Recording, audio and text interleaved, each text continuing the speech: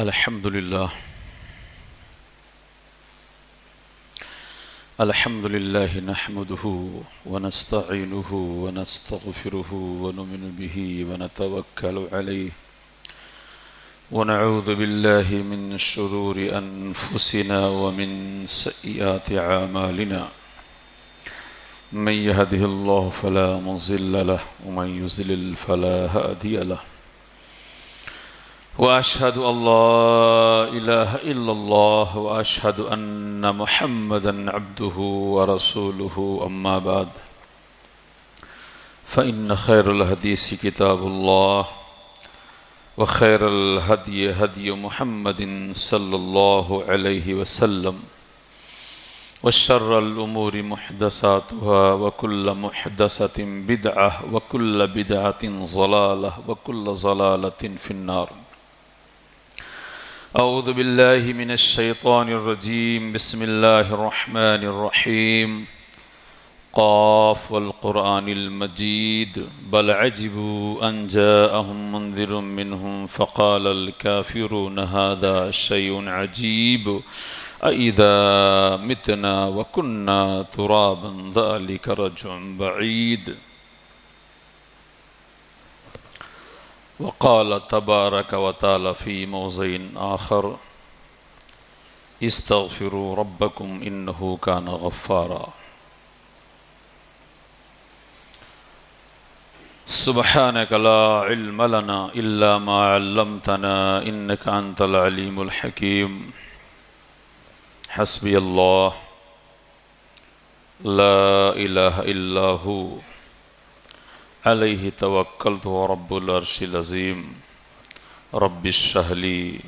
صدري ويسر لي أمري واحلل عقدة من لساني يفقه قولي. ربي زدني علما. پالتا ہے بیج کو مٹی کی تاریکی میں کون، پالتا ہے بیج کو مٹی کی تاریکی میں کون، کون دریاؤں کی موجوں سے اٹھاتا ہے سحاب، کون لایا کھینچ کر پچھم سے باد سازگار، خاک یہ کس کی ہے کس کا ہے یہ نور آفتاب، کس نے بھر دی موتیوں سے خوشے گندم کی جیب، موسموں کو کس نے سکھلائے ہیں خوئے انقلاب، وَأَحْسَنَ مِنْكَ لَمْ تَرَقَّتُ عَيْنِي وَأَجْمَلَ مِنْكَ لَمْ تَلَدِ النِّسَاءُ خُلِقْتَ مُبَرَّأً مِنْ كُلِّ عَيْبٍ كَأَنَّكَ قَدْ خُلِقْتَ كَمَا تَشَاءُ. اللہ جل وعلا خالق الورى فالق الحب والنوى لا شریک اللہ کے لیے ہر قسم کی بڑائی، بزرگی، پاکیزگی اور کبریائی ہے،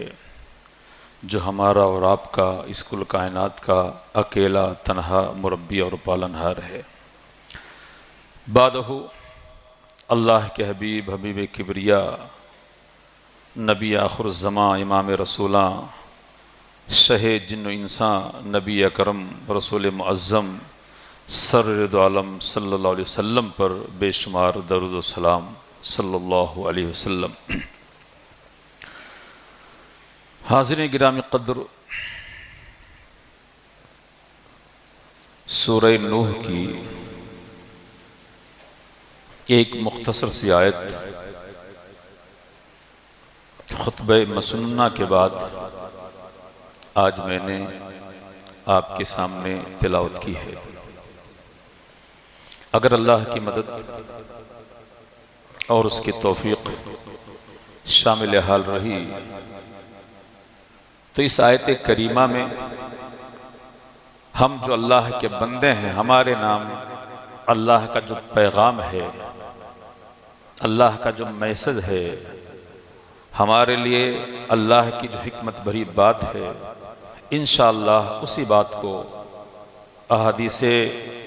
نبویہ کی روشنی میں انشاءاللہ آپ کے سامنے رکھنے کی کوشش کروں گا. دوستو، ہم انسان ہیں اور ہماری فطرت میں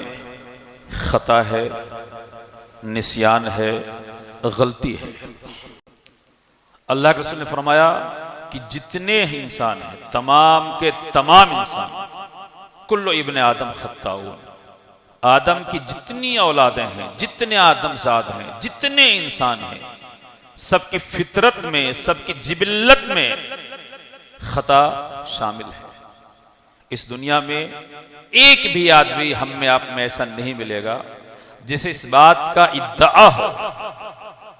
جو اس بات کا دعویٰ کرے، جسے اس بات کا غرہ ہو کہ وہ گناہوں سے ایک دم پاک و صاف ہے۔ زندگی کے کسی موڑ پر، زندگی کے کسی لمحے میں اس سے غلطی نہ ہوئی ہو، اس نے گناہ کا ارتکاب نہ کیا ہو، وہ گناہوں سے لت پت نہ ہوا ہو۔ میرے دوستو، ہم میں سے تمام کے تمام انسان کبھی نہ کبھی کوئی نہ کوئی ایسا مقام آتا ہے، ایسا لمحہ آتا ہے، زندگی میں ایسا موڑ آتا ہے کہ ہم گناہ کر بیٹھتے ہیں، ہم تمام کے تمام لوگ۔ اور یہ کوئی بری بات نہیں، یہ گناہوں کا صدور ہو جانا، گناہوں کا سرزد ہو جانا۔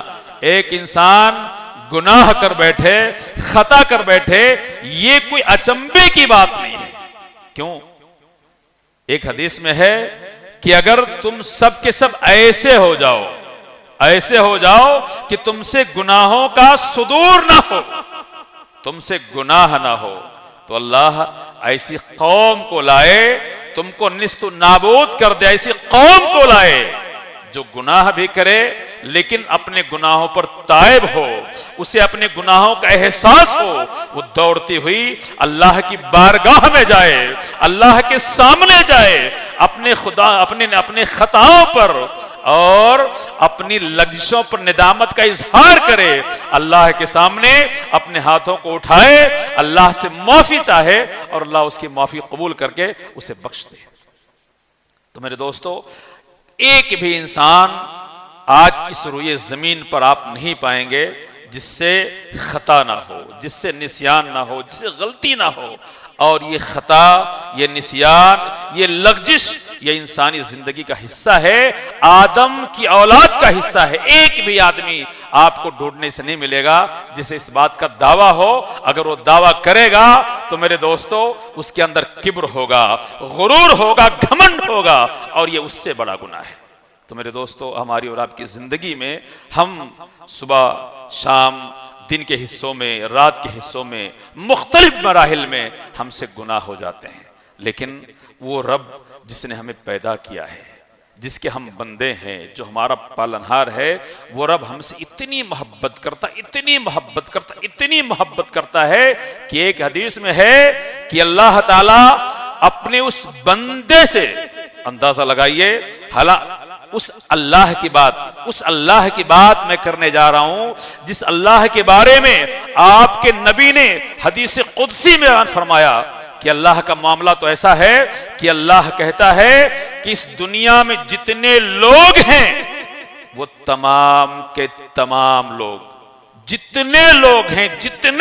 ہیں اس کائنات میں، جتنے لوگ ہیں، وہ تمام کے تمام اس کائنات کے سب سے فاسق و فاجر، اس کائنات کا سب سے فاسق، سب سے فاجر، سب سے برا انسان کون ہے؟ آپ تصور کر سکتے ہیں؟ لیکن حدیث شریفہ میں ہے کہ اس کائنات کے تمام لوگ اگر اس کائنات کے سب سے فاسق و فاجر انسان کے جیسے ہو جائیں، یعنی تمام کے تمام اس کائنات میں جتنے لوگ ہیں، وہ تمام کے تمام لوگ اس کائنات کے سب سے فاسق و فاجر انسان کے جیسے ہو جائیں، تب بھی اللہ کی بزرگی میں، اللہ کے مجد میں، اللہ کی بڑائی میں، اللہ کی کبریائی میں، اللہ کے جلال میں ذرہ برابر فرق آنے والا نہیں ہے۔ ہمارا رب اتنا برتر ہے، اتنا بزرگ ہے، اتنا کریم ہے، اتنا قدوس ہے، اتنا پاک ہے کہ اس کائنات کے تمام لوگ اللہ کی عبادتوں سے ہٹ جائیں، اللہ کی بندگی سے اپنے آپ کو دور کر لیں، دلوں میں اللہ کے خلاف غصہ پال لیں اور انتہائی برے آدمی جیسے ہو جائیں، تب بھی اللہ کے کرم میں، اللہ کے جلال میں، اللہ کی بڑائی میں، اللہ کی بزرگی میں میرے دوستو ذرہ برابر کمی نہیں ہوگی۔ اور اگر تمام کے تمام لوگ اس کائنات کے، یہ اس اللہ کی بات ہے جس کی بات ابھی آگے میں آپ کے سامنے لاؤں گا، یہ اس اللہ کی بات ہے کہ اس کائنات کے تمام لوگ اس کائنات کے سب سے نیک آدمی جیسے ہو جائیں، سب کے سب، ہما شما، چھوٹا بڑا، مرد عورت، سب کے سب اس کائنات کے سب سے نیک انسان جیسے ہو جائیں، عبادت میں، تقوی میں، طہارت میں، پاکیزگی میں، للہیت میں، اللہ کی بندگی میں، اسلام کو اپنانے میں، نیکیوں میں پیش رہنے میں، تمام کے تمام معاملات میں اس کائنات کے تمام لوگ اس کائنات کے سب سے بہتر نیک آدمی جیسے ہو جائیں، تب بھی میرے دوستو اللہ کی بزرگی میں، اللہ کے جلال میں، اللہ کی کبریائی میں، اللہ کی پاکیزگی میں ذرہ برابر اضافہ نہیں کر پائیں گے۔ ہمارا رب ہمیشہ سے برتر ہے، بزرگ ہے، پاک ہے، بڑا ہے، نہ ہماری عبادتیں اس میں کچھ اضافہ کر سکتی ہیں، نہ ہمارے گناہ اس میں کچھ کمی کر سکتے ہیں۔ ایسا رب حدیث میں ہے کہ اللہ تعالیٰ اپنے ایسے بندے سے جو خطا کرتا ہے، گناہ کرتا ہے، گناہوں میں لت پت ہے، خطاؤں میں لت پت ہے، اس کی زندگی گناہوں سے دوچار ہے، صبح ہوتی ہے، شام ہوتی ہے، اور اس کی زندگی گناہوں کے نام ہوتی ہے۔ ایک ایسا انسان زندگی کسی موڑ پر اللہ اسے ہدایت دیتا ہے، اللہ اسے توفیق توبہ دیتا ہے، وہ اللہ کے سامنے جاتا ہے، اللہ کے سامنے اپنی پیشانی کو جھکاتا ہے، اپنے گناہوں کو، اپنی خطاؤں کو یاد کرتا ہے، اور یاد کر کے اللہ کے سامنے رونے لگتا ہے، آنکھوں سے آنسو ٹپکنے لگتے ہیں، اور اللہ کے سامنے نادم ہو کر آئندہ گناہ نہ کرنے کا عزم کرتا ہے، اور اپنے گناہوں کی بخشش کا اور مغفرت کا اللہ سے التجا کرتا ہے، اللہ سے التماس کرتا ہے۔ تو نبی نے فرمایا اس وقت اللہ تعالیٰ اس بندے سے اتنا خوش ہوتا ہے یا اس سے زیادہ کہ آپ نے مثال دیا کہ ایک آدمی ہے، اور یہ اس زمانے کی بات ہے، یہ گاڑی، یہ گھوڑے، الیکٹرانک ہمارے وہیکلز ہوتے ہیں، یہ نہیں تھے۔ لوگ اپنے گھوڑوں سے، کھچروں سے، اونٹوں سے سفر کیا کرتے تھے، زیادہ راہ مشکل سے ہوا کرتا تھا، راہ کی رہنمائی بہت مشکل سے ہوا کرتی تھی۔ ایک آدمی ہے، اس کا ایک اونٹ ہے، اونٹ پر اس کا زیادہ راہ ہے، اس کا سامان ہے، کھانے پینے کا، پہننے کا، پینے کا تمام سامان اس پر ہے، لدا ہوا ہے، وہ ایک سفر پر رواں دواں ہے، ایک سفر پر رواں دواں ہے، جا رہا ہے، چلے جا رہا ہے، اسے تھوڑی آرام کی ضرورت ہوتی ہے، ایک درخت نظر آتا ہے، اس کے سائے میں جاتا ہے، اپنے اونٹ کو وہاں باندھتا ہے، اور چونکہ سفر کی تھکاوٹ سے وہ چور ہے، لیٹتا ہے، لیٹتے ہی نیند آ جاتی ہے، وہ سو جاتا ہے۔ جب آنکھ کھلتی ہے تو ایک عجیب منظر ہے، اکیلا تھا، تنہا تھا، کوئی رفیق کے سفر نہیں تھا، کوئی سفر کا ساتھی نہیں تھا، کوئی یار نہیں تھا، وہ تھا اس کا وہ چوپایا اونٹ تھا جس پر اس کا ذات راہ کے ضرورتیں سفر کی چیزیں تھیں، دیکھتا ہے اور دیکھ کر حق کا بکا رہ جاتا ہے کہ اس کا اونٹ غائب ہے۔ حیران ہوا، پریشان ہوا، ادھر ادھر دوڑا بھاگا، جتنی اس سے ممکن ہو سکا اس نے انتھک کوشش کی، محنت کیا، لیکن میرے دوستو وہ اونٹ غائب ہے تو غائب ہے۔ زندگی سے نا امید ہو کر نا مراد ہو کر وہ پھر وہیں سو جاتا ہے۔ پھر سے جب اس کی آنکھ کھلتی ہے تو وہی اونٹ جو ابھی چند ساعتوں پہلے غائب ہو چکا تھا، جس کی تلاش میں وہ حیران و پریشان تھا، سرگرداں تھا، وہی اونٹ اتفاق سے پھر سے اس کے سامنے ہوتا ہے۔ میرے دوستو کتنی خوشی ہوئی ہوگی، کتنی خوشی۔ آج آدمی، ہم لوگوں کے سمندر میں رہتے ہیں، لوگوں کے جنگل میں رہتے ہیں، ہمارے گھروں کے سامان آس پاس مہیا ہیں، ہمیں نہیں چلنا پڑتا ہے، اس لمحے کا، اس کیفیت کا میرے دوستو حقیقی طور پر ہم اس کے تصور کو اپنی زندگی میں نہیں جی سکتے ہیں۔ جو خوشی، جو اس کو انبساط اس وقت ہوا ہوگا کہ اس کا غائب ہوا اونٹ پھر سے ساز و سامان کے ساتھ اس کے سامنے ہے، فرط جذبات میں، فرط خوشی میں وہ اپنے آپ پر کنٹرول نہیں کر پاتا ہے اور مارے خوشی کے کہتا ہے اللہ تو میرا بندہ ہے، میں تیرا رب ہوں۔ الفاظ الٹے ہو گئے، اللہ کسی کا بندہ نہیں ہے، ہم اللہ کے بندے ہیں، ہم اللہ کے بندے ہیں۔ اللہ ہمارا آپ کا اس پوری کائنات کا رب ہے، سب کا مالک و معبود اللہ ہے، لیکن ایک بندہ اتنی خوشی اللہ اسے دیتا ہے، فرط خوشی سے، خوشی کے جذبات سے مغلوب ہو کر اس کو اپنی زبان پر قابو نہیں رہتا ہے، اتنا خوشی اللہ اس کو دیتا ہے کہ کہہ بیٹھتا ہے اللہ میں تیرا رب ہوں، تو میرا بندہ ہے۔ اس طرح کی بات میرے دوستو الفاظ الٹے ہو گئے، نیت بہتر تھی، الفاظ الٹے ہو گئے۔ اس الٹے ہونے میں بھی اللہ تعالیٰ میرے دوستو اس بندے کو جو خوشی میسر ہوئی، اللہ تعالیٰ اس سے زیادہ خوشی اللہ کو اس وقت ہوتی ہے جب کوئی اللہ کا بگڑا ہوا بندہ، گنہگار بندہ، گناہوں میں ڈوبا ہوا بندہ، گناہوں میں لت پت بندہ، اسے توفیق ملتی ہے، اللہ کے سامنے جاتا ہے، اپنی خطاؤں پر ندامت کا اظہار کرتا ہے، اللہ سے مغفرت کا طلبگار ہوتا ہے، اللہ سے استغفار کرتا ہے۔ میرے دوستو یہ کتنی بڑی بات ہے۔ اللہ کو کیا چاہیے، اللہ کو ہم کیا دیتے ہیں، لیکن یہ اللہ ہم سے محبت کرتا ہے، ہم سے اللہ کتنا پیار کرتا ہے، ہم اللہ کو کتنے محبوب ہیں، اس سے اس بات کا اندازہ ہوتا ہے۔ تو میرے دوستو ہر انسان اس چھوٹا ہو بڑا ہو، تمام کے تمام لوگ میرے دوستو ہم گناہ کرتے ہیں۔ اور ایک چیز اور بتاؤں، یہ جو گناہ ہوتا ہے نا، یہ گناہ اگرچہ اللہ رب العالمین اپنے ایسے بندوں کو پسند کرتا ہے جو گناہ کریں اور گناہ کرنے کے بعد ان سے گناہ کا صدور ہو جائے، گناہ سرزد ہو جائے، کوئی معاملہ آ گیا، اچانک کوئی ایسا منظر کریٹ ہو گیا،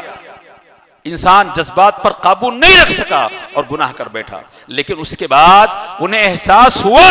کہ یہ گناہ ہو گیا، تیر کمان سے نکل چکا ہے، ہم نے گناہ کر لیا ہے، اللہ کے ہاں مواخذہ ہوگا، اب کیا ہوگا؟ یہ جذبات، اس طرح کی پکڑ کی کا احساس، اللہ کے سامنے جواب دہی کا احساس پھر سے ان کو اللہ کے سامنے لاتا ہے۔ میرے دوستو یہ جو رویہ ہے یہ اللہ کو اگرچہ بہت محبوب ہے، لیکن انسان اس دنیا میں اللہ کبھی کبھی تعزیانے کے طور پر اسے سزا کے طور پر یا اس کی غفلت سے اسے جگانے کے طور پر اللہ کبھی گناہوں کی اسے سزا بھی دیتا ہے۔ قرآن میں ہے وما اصابکم من مصیبہ، سورہ شورى کی آیت ہے وما اصابکم من مصیبہ فبما کسبت ایدیکم، کہ لوگوں کس چیز کا رونا؟ آج ہندوستان میں حالات کیا ہیں میرے دوستو؟ اتنے ناگفتہ حالات ہیں، چاہے بحیثیت قوم کے ہو یا اس سے اور نیچے آ کر ہمارے گھریلو مسائل، ہمارے صحت کے مسائل، ہمارے کاروبار کے مسائل، ہمارے گھر کے مسائل یا ہمارے اپنے نجی مسائل، اور اس سے اگر آگے کی بات کریں تو آج ہندوستان کے کیا حالات ہیں میرے دوستو؟ بڑے ہی ناگفتہ حالات ہیں۔ ان حالات کے بارے میں ایسا نہیں کہ اللہ ظالم ہے، نہیں، میں نے کہا جو اللہ ہم سے اتنی محبت کرتا ہو کہ ایک حدیث میں ہے کہ بندہ جب اللہ کی طرف ایک قدم جاتا ہے، دیکھیے یہ اللہ کی محبت، جس اللہ سے ہم نے اپنے آپ کو دور کر رکھا ہے، ہم نے اپنی نگاہوں کو پھیر رکھا ہے، اللہ کی عبادت کا ہمیں موقع اللہ دیتا ہے لیکن ہم اس سے دور ہو جاتے ہیں، وہ اللہ ہم سے کتنی محبت کرتا ہے۔ اس کی محبت کا ایک اور نمونہ آپ کے سامنے کہ بندہ جب اللہ کے سامنے ایک قدم اللہ کی طرف جاتا ہے تو اللہ 2 قدم آتا ہے، اور بندہ جب تیز جاتا ہے تو اللہ دوڑتے ہوئے آتا ہے۔ میرے دوستو اس دنیا میں ممکن ہے کوئی دھنا سیٹھ ہو، کوئی منسٹر ہو، کوئی چودھری ہو، کوئی بڑا آدمی اس کے ہاں جاتا ہے تو اپارٹمنٹ لیا جاتا ہے اور اس کے عجیب تیور ہوتے ہیں، اگر جھولا ہے تو جھولے پہ بیٹھ کر ایک دم متھیاں چڑھائے ہوئے، سینہ چوڑا کیے ہوئے، اور عجیب سی رعونت اس کے چہرے پر ہوتی ہے، وہ اپنے گھر میں اس کے جو لوگ اس سے ملنے آتے ہیں اپنے مسائل کے لیے، عجیب معاملہ ہوتا ہے۔ لیکن اندازہ کیجئے اس کریم، اس رحیم، اس محبت ودود، اللہ کا ایک نام ودود ہے، محبت کرنے والا رب کتنا محبت ہم سے کرتا ہے کہ بندے ایک قدم جاتے ہیں کہ ہم کو اللہ سے کیا ملتا ہے، کیا ملتا ہے، کیا ملتا ہے؟ آپ بتا سکتے ہیں؟ کوئی بتا سکتا ہے کہ ہم اللہ کو کیا دیتے ہیں اور ہماری بندگی سے، ہماری عبادت سے اللہ کو کیا ملتا ہے؟ میرے دوستو، اس کے باوجود وہ اللہ ہم ناتما، نافرمان، کمزور، حقیر بندوں سے اتنی محبت کرتا ہے کہ بندہ ایک قدم اللہ کی طرف جاتا ہے تو اللہ اس کی طرف 2 قدم آتا ہے۔ ایسے رفیق، ایسے رحیم، ایسے شفیق پروردگار کی خبر ملنے کے باوجود، معرفت ملنے کے باوجود اگر ہم اس کی عبادت نہ کر سکیں، اس کی بندگی نہ کر سکیں، اس سے لو نہ لگا سکیں، تو میرے دوستو ہم سے بڑا بدنصیب، ہم سے بڑا بدنصیب اس دنیا میں کون ہوگا؟ تو میرے دوستو قرآن میں ہے وما اصابکم من مصیبہ فبما کسبت ایدیکم ویعفو عن کثیر، کہ یہ دنیا میں جو دقتیں آتی ہیں، جو تکلیفیں آتی ہیں، تم کو کیا لگتا ہے کہ رب نے تم پر ڈال دیا ہے؟ رب نے اپنی ناراضگی تم پر اڈیل دی ہے، اپنی ناراضگی کا تم کو شکار بنایا ہے، ایسے ہی یہ مصیبتیں تم پر آ گئی ہیں؟ نہیں میرے دوستو، قرآن میں اللہ نے فرمایا وما اصابکم من مصیبہ،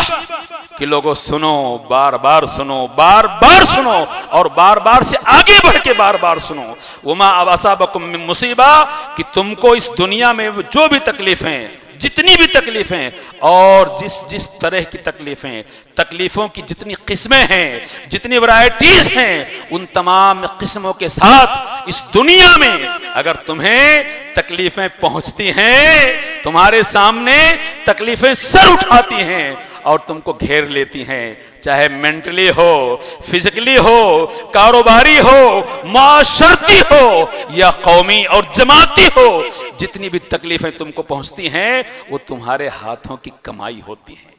تمہارے عملوں کا نمونہ ہوتی ہیں۔ بقیہ معاملہ تو اللہ کا ایسا ہے وَيَعْفُو عَنْ كَثِيرٍ، بہت سے گناہ تو اللہ اسے درگزر کر دیتا ہے، معاف کر دیتا ہے، چھوڑ دیتا ہے، لیکن انسان جب استمرار پہ استمرار لگا رہتا ہے تب اللہ تعالیٰ اس کا مواخذہ کرتا ہے۔ میرے دوستو وقت بہت کم، صرف 5 منٹ آپ کے سامنے، اور دیکھیے میں نے ابتداً کہا کہ ہم عاصی بندے، گنہگار بندے، یہ ہماری خمیر میں ہے، ہماری فطرت میں ہے، لیکن اللہ رب العالمین جو کریم ہے اس نے ہمیں ایک موقع دیا ہے۔ موقع کیا؟ ہم اس اللہ کے سامنے جائیں، اپنے خطاؤں پر نادم ہوں، اپنے گناہوں کی بخشش چاہیں، اپنے گناہوں پر توبہ کریں اور اللہ سے التجا کریں، ربنا ظلمنا انفسنا وان لم تغفر لنا وترحمنا۔ یہ وہی دعا ہے جو ہمارے باپ نے کی تھی، یہ ورثے میں اللہ نے ہمیں دیا ہے۔ یہ ہر بندے کو یہ دعا یاد رکھنی چاہیے، ہر بندے کو، ہر آدمی کو، ہر آدم ذات کو۔ یہ ہمارے باپ آدم کی دعا ہے۔ اللہ نے جب انہیں جنت سے نکالا، یہ دعا اللہ نے انہیں سکھائی، ربنا ظلمنا انفسنا وان لم تغفر لنا وترحمنا لنکونن من الخاسرین، کہ اے میرے پالنہار، زندگی چلانے والے رب، زندگی کو رواں دواں رکھنے والے رب، ربنا ظلمنا انفسنا، ہم نے اپنے نفسوں پر ظلم کیا ہے، وَإِن لَمْ تَغْفِرْ لَنَا، اے پاک پروردگار، وَإِن لَمْ تَغْفِرْ لَنَا، اگر تو نے بخشا نہیں، اگر تو نے مغفرت نہیں کی، اگر تو نے معاف نہیں کیا، وَإِن لَمْ تَغْفِرْ لَنَا وَتَرْحَمْنَا، اور اے پاک پروردگار اگر تو نے رحم نہیں کیا، لَنَكُونَنَّ مِنَ الْخَاسِرِينَ، تو اے پاک پروردگار ہم خسارہ اٹھانے والے میں سے ہو جائیں گے۔ یہ ورثے میں، جیسے دولت ہم کے ورثے میں ہم اب ماں باپ کی پراپرٹی کو ہم سنبھالتے ہیں، میرے دوستو یہ دعا ہے ہمارے باپ آدم کی، ہمیں اس کو یاد کرنا چاہیے۔ اللہ سے ایسا کوئی نہیں، کسی کو اس بات کا ادعا نہیں ہونا چاہیے کہ وہ کسی کو گالی نہیں دیتا ہے۔ بڑے سے بڑا نیک بھی ہو جائے تو تو اسے اس بات کا، وہ اگر کسی کو گالی نہیں دیتا ہے، کسی کے معاملات میں دخل نہیں دیتا ہے، کسی کا مذاق نہیں اڑاتا ہے، کسی کو گالی نہیں دیتا ہے، کسی کو تماچے نہیں مارتا ہے، اس کے باوجود زندگی میں جانے انجانے اس سے گناہ ہو ہی جاتے ہوں گے۔ کسی بھی آدمی کو اس بات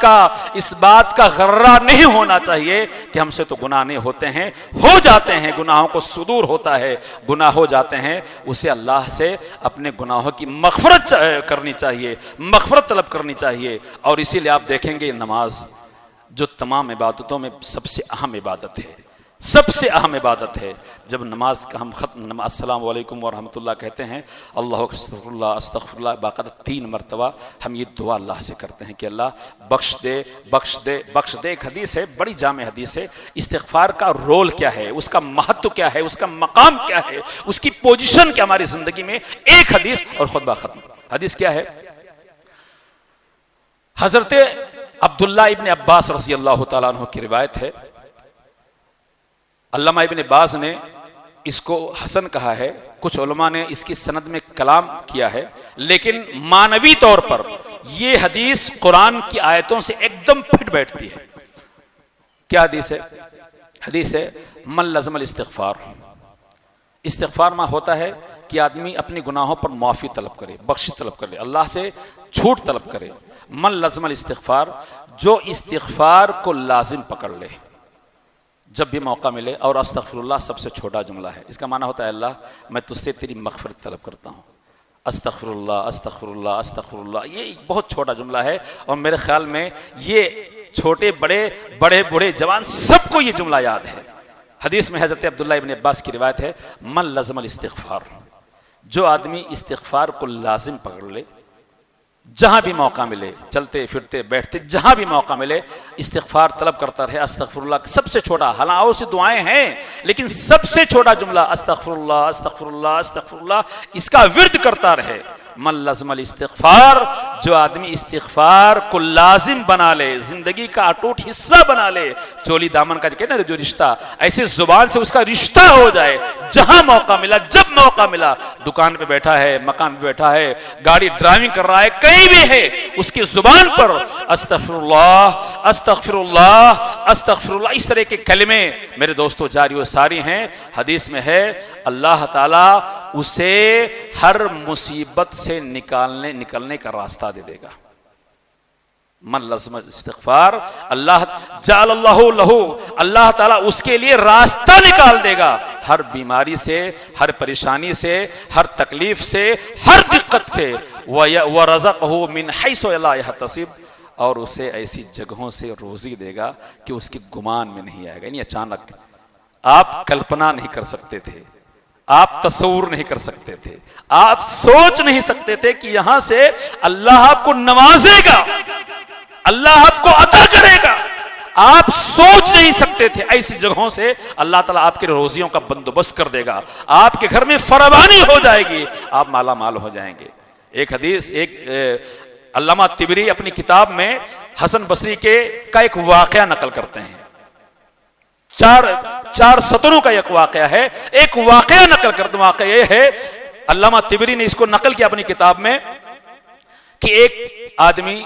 حسن بصری بہت مشہور ہمارے سلف گزرے ہیں، عالم گزرے ہیں، ایک آدمی آتا ہے اور کہتا ہے میرے گھر میں بڑی دقت ہے، بڑی دقت ہے، بڑی دقت ہے، کچھ راستہ بتا دیجئے۔ وہ کہتے ہیں استغفار کرو۔ ایک آدمی کہتا ہے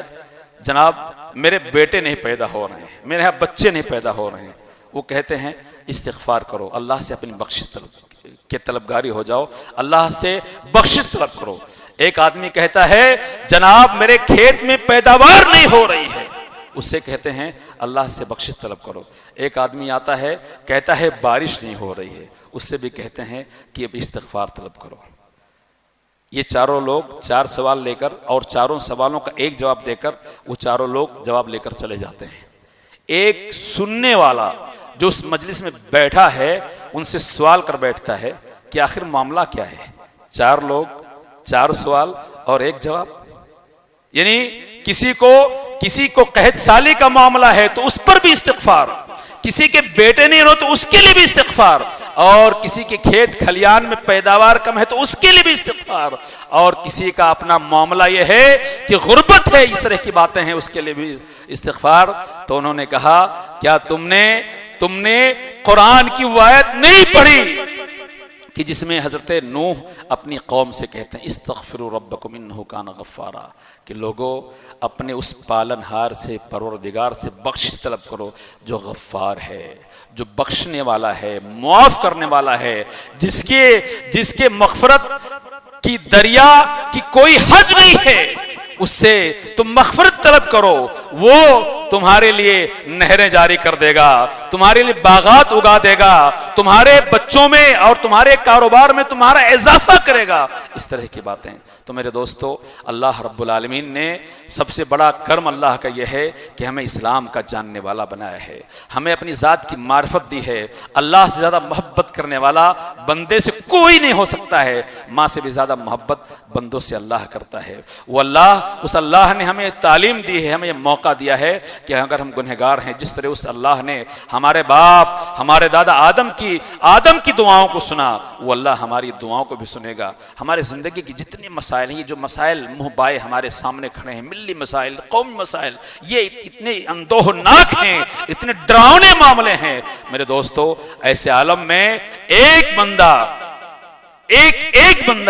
اگر اللہ کے حضور اپنے آپ کو حاضر کر دے، اللہ سے ان حالات کی تبدیلی کی دعا کرے، میرے دوستو میرا یقین ہے اللہ کی آیات پر، اللہ کے وعدوں پر میرا یقین ہے کہ ہندوستان کے جو حالات ہیں میرے دوستو بہت بہتر ہو جائیں گے۔ اللہ سے اگر ہم دعا کریں اور اللہ ہماری دعا نہ سنے، ایسا ہو ہی نہیں سکتا ہے۔ اللہ کہتا ہے ادعونی استجب لکم، اے میرے بندو تم مجھے پکارو، میں تمہاری پکار سنوں گا۔ ہم اللہ کے سامنے ہاتھ پھیلائیں اور اللہ اس کو ہاتھ کو لوٹا دے، اللہ کو اس سے شرم آتی ہے۔ اللہ اتنا کریم ہے، اتنا رحیم ہے، اتنا محبتوں والا ہے میرے دوستو۔ تو اللہ نے ہمارے جسم میں جان ابھی باقی رکھی ہے، ہمیں اپنے لیے بھی اور آنے والی نسلوں کے لیے بھی ان حالات کی تبدیلی کے لیے کس سے آسان کام کچھ نہیں ہو سکتا ہے کہ اللہ کے سامنے ہم اللہ سے دعا کریں، ان حالات کا دکھڑا روئیں، اپنے گناہوں پر ندامت کا اظہار کریں۔ یقین جان لیجئے ہمارے گناہوں کا بھی، ہماری بدعمالیوں کا بھی، ہمارے کالے کرتوتوں کا بھی ان حالات کے آنے میں ہمارا دخل ہے، ہمارا رول ہے، ہمارا حصہ ہے۔ ہمیں اللہ سے تائب ہونا ہے، اللہ کے سامنے جانا ہے، اپنے خطاؤں کا، اپنے گناہوں کا اقرار کر کے اللہ کے سامنے آنسو بہانا ہے اور اللہ سے کہنا ہے اللہ ان حالات کو بدل دے۔ یہاں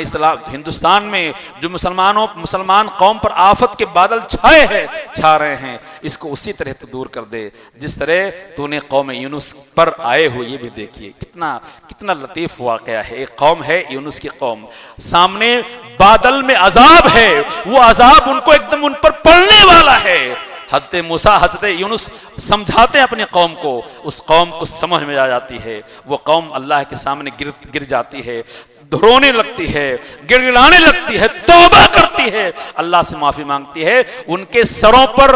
بدلیوں کی شکل میں آیا ہوا عذاب بھی اللہ ان سے ہٹا دیتا ہے۔ تو کیا ہماری نہیں سنے